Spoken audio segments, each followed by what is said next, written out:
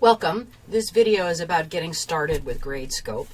If you've never used it before, you would go over to the menu and choose Books and Tools.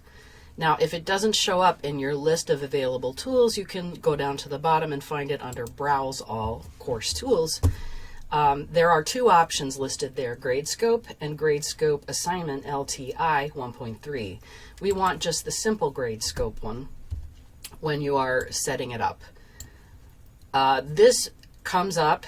I already have a Gradescope account, and I don't remember what it was like when I first set it up. So if you've never used it before, you might have to go through a process of creating an account. I can't remember, but just follow the instructions on the screen. It's pretty straightforward. And when I'm setting up a new one for a new course, I'm not going to add to an existing course.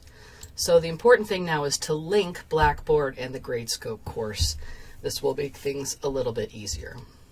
And there are some details you can examine here or talk to instructional design about what settings are appropriate for you. I usually leave them on the default, but if I need to change them later, you can always go back to course settings and adjust them. So you end up on this dashboard page, which has a Create Assignment button. Underneath that is an assignment button that I'll go over in a separate video. But what I want to talk about now is the roster. You need to synchronize your roster with Blackboard. And this is the real advantage of Gradescope, is it'll bring the names of people over from your Blackboard roster so that when it's time to grade your exams, the matching process with your students will be a lot easier. So clicking on roster, I'm just now choosing Sync Blackboard Roster. And I don't want it to email the students to let them know it's being synced, so I untick that box. And then I just hit Sync Roster, and in a moment, I should see a list of all the students who are enrolled in this course.